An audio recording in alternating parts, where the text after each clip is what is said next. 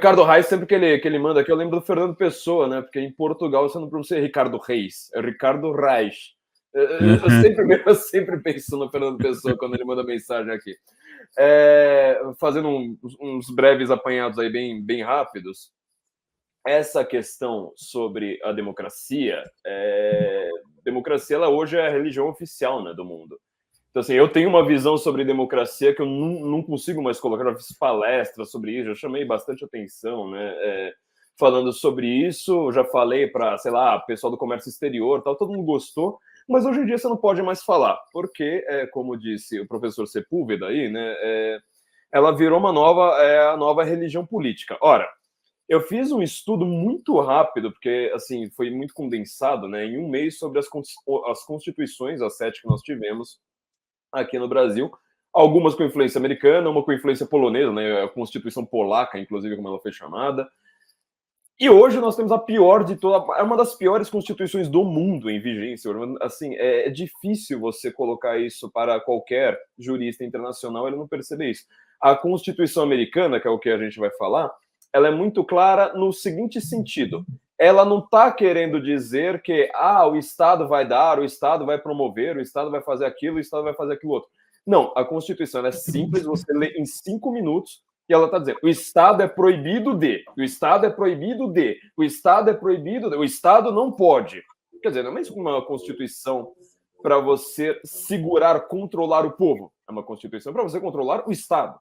Imagina, isso aqui no Brasil significa: o Estado não pode derrubar uma rede social, o Estado não pode criar um inquérito secreto, o Estado não pode pegar o devido processo legal e torcer e deixar numa posição cilíndrica, enfim, entendeu? Não pode, o Estado é que não pode, porque o povo é que é determinante. Lá a grande questão é essa, ou seja, você está preocupado de fato com liberdades para todos e não com o desejo pessoal, a ideologia e a loucura psicopata de um ou outro. Então, isso que é importante. Para a Kamala, por que é importante falar isso? Para a Kamala, hoje, esta questão de democracia, né, ela sempre ganha com essa jogada. Né? O Trump ganha imigração, o Trump ganha economia, o Trump manda muito bem geopolítica, porque ele foi o presidente que fez as melhores coisas para a geopolítica, talvez em 100 anos nos Estados Unidos, ou mais até. Né? Acho que teria que voltar para um presidente da doutrina Monroe para ver o que o Trump foi capaz de fazer como negociador da geopolítica e não como diplomata. Só você observar que hoje, o livro do Como Destruir a Civilização Ocidental do Peter Crift, divertidíssimo, é muito engraçado. O Trump, hoje, ele não é atacado, se você for parar para pensar, em matéria geopolítica, porque ele derrotou o Estado Islâmico, ele chamou Kim Jong-un para a mesa de negociação. Cara, tenta fazer uma coisa, mas ninguém conseguiu fazer isso. Ele resolveu um pouco ali das questões envolvendo Iraque, Síria, envolvendo a Arábia Saudita, fez uma contenção ao Irã.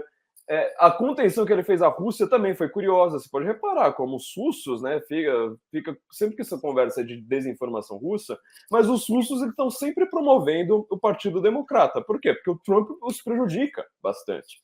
Então, ele manda muito bem na geopolítica. Onde que a Kamala se sai bem?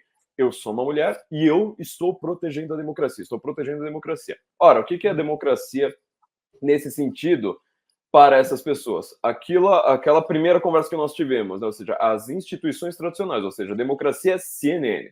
No Brasil seria a Plim Plim News, né? Ou a Plim Plim, a rede Plim Plim.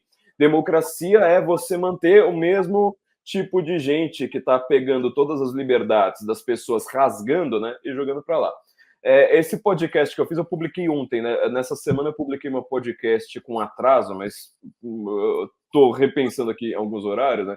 Chama A Democracia Antidemocrática, publiquei às 18 horas, estou vendo aqui, no qual eu estou mostrando como este conceito de democracia ele vai sendo trabalhado por cada candidato. Então, basicamente é o seguinte: quando eu ganho a eleição, pronto, a democracia ganhou, venceu a democracia, como já ficou uma frase infame aqui no Brasil. Né? Quando você fala venceu a democracia, você fala, ferrou, vamos comprar dólar, vamos fugir, usar um pneu para tentar chegar no Uruguai, entendeu? Porque é isso que significa venceu a democracia. E quando os outros ganham, Aí, nossa, a democracia está em risco, não sei mais o que.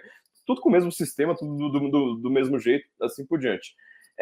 A Kamala, então, ela ganha com esse simbolismo, ou seja, a palavra democracia, ela é muito forte. Eu queria até Camila, manter esse chat aí, porque comprei o livro Desinformação do Livro Possível, vale a pena ler, fiquei impressionado.